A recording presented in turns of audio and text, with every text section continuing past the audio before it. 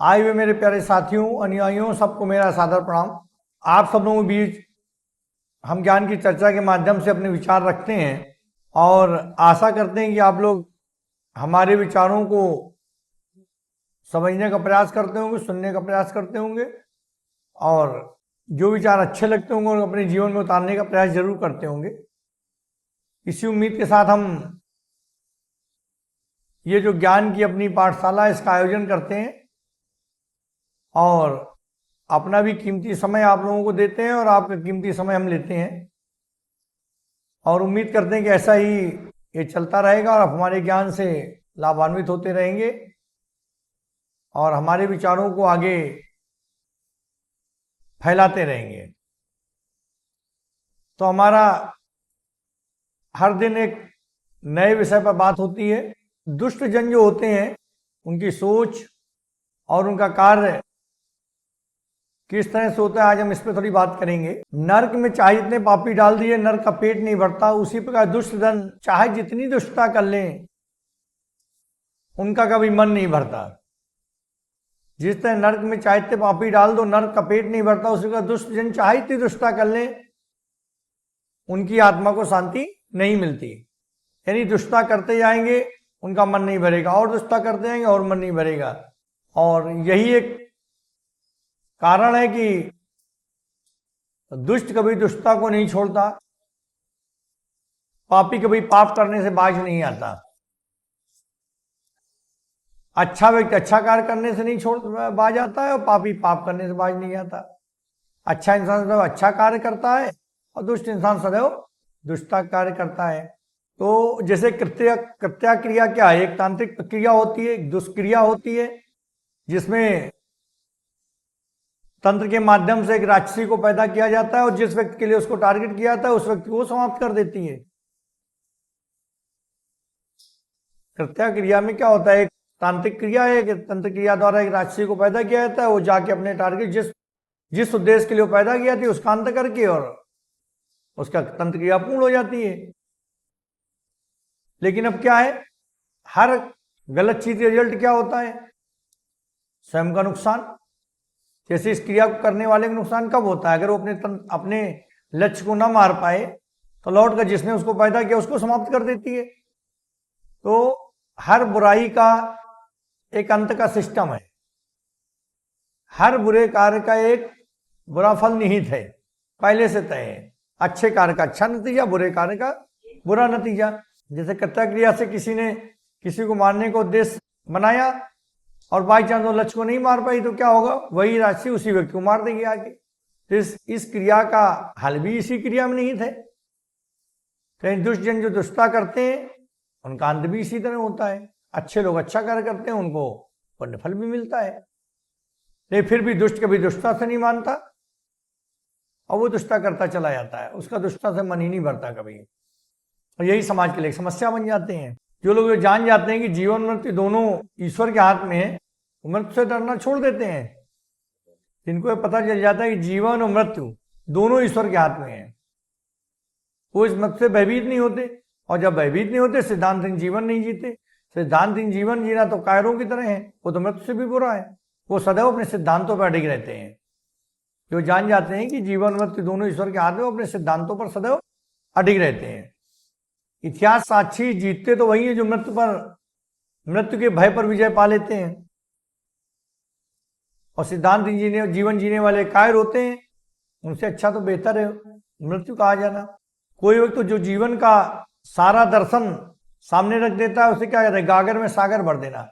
एक व्यक्ति जो जीवन का सारा दर्शन आपके सामने रख दे तो क्या वो गागर में सागर भरने के बराबर है। लोग जीवन को विद्या की दृष्टि से देखते हैं और कुछ लोग भक्ति की दृष्टि से देखते हैं। कुछ लोग जीवन को विद्या की दृष्टि से देखते हैं और कुछ लोग जीवन को भक्ति की दृष्टि से देखते हैं। और जो लोग जीवन को भक्ति की दृष्टि से देखते हैं उन्हें जीवन के सारे रहस्य विदित हो जाते हैं, सारे रहस्य ज्ञात हो जाते हैं।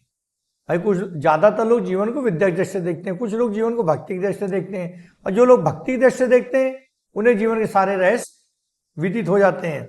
जैसे जिस प्रकार एक जब पुरुष भटकता है तो एक व्यक्ति भटकता है, और एक जब नारी भटकती है तो पूरा परिवार डगमगा जाता है। इसी प्रकार एक गुरु भटकता है तो पूरा समाज भटकता है, एक छात्र भटकता है तो एक सिर्फ एक छात्र भटकता है। तो जब गुरु भटकने से क्या होता है, पूरा समाज भटक जाता है। जब समाज भटक जाता है तो राष्ट्र के ऊपर संकट आ जाता है, यानी राष्ट्र के लिए संकट बन जाता है। एक व्यक्ति का भटकना एक अलग बात है, एक गुरु भटकना दूसरी बात है। एक छात्र के भटकने से एक छात्र भटका, गुरु भटकने से समाज भटकी, और समाज भटकने से क्या हुआ, राष्ट्र के ऊपर संकट आ गया। इसीलिए एक पुरुष के भटकने से या एक छात्र के भटकने से एक नारी के भटकना और एक गुरु भटकना ज्यादा महत्वपूर्ण है। और जब गुरु भटकने लगते हैं तो समाज अपने आप संकट में आ जाता है। लेकिन यह बात किसी को समझ में नहीं आती।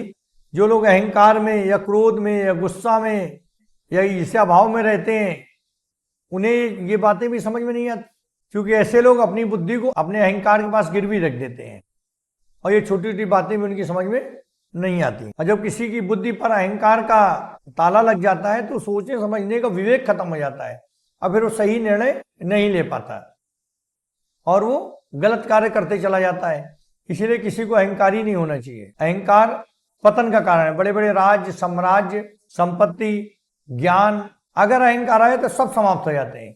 इसलिए व्यक्ति को कभी अहंकारी नहीं होना चाहिए, अहंकार से दूर रहना चाहिए। इसलिए कहा गया सादा जीवन उच्च विचार ज्यादा अच्छा रहता है। क्रोध विवेक का नाश कर देता है और इसीलिए क्रोध को कंट्रोल में रखना चाहिए। क्रोध चाहे पिता का पुत्र के ऊपर हो या किसी का किसी के ऊपर हो, जब ये एक लिमिट से ज्यादा हावी हो जाता है तो सोचने समझने की क्षमता व्यक्ति की खो जाती है और फिर विवेकशील निर्णय नहीं पाता, वो अविवेक वाले निर्णय लेता है।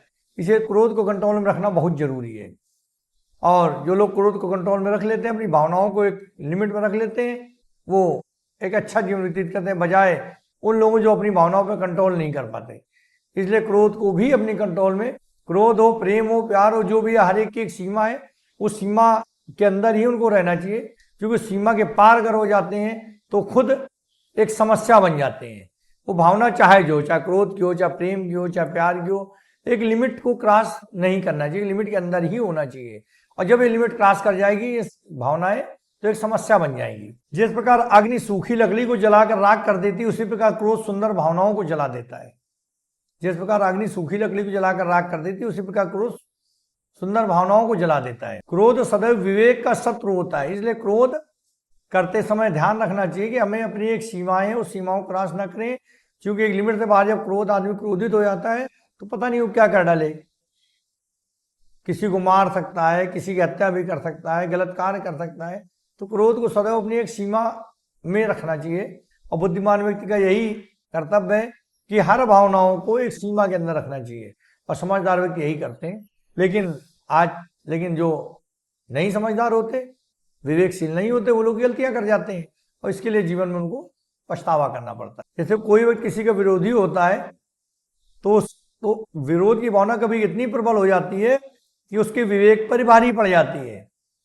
जैसे कोई किसी का विरोधी है तो हो सकता है इतना ज्यादा वो उसका विरोध करने लगे कि उसकी विवेकशीलता पर क्रोध की भावना भारी पड़ जाए और सही निर्णय ही ना ले पाए। जब कभी कोई किसी से क्रोध करता है तो या किसी से ईर्ष्या रखता है तो उस समय वो सही चीजें भी नहीं समझ पाता और उनकी जो है तो क्रोध करने की जो भावना उनके वेग पर भारी पड़ जाती है। इसलिए क्रोध को बहुत ही लिमिट में रखना चाहिए, हर भावनाओं के बहुत लिमिट में रखना चाहिए। क्रोध हो, प्रेम हो, प्यार हो, और फिर जीवन को एक सामान्य ढंग से जिया जा सकता है।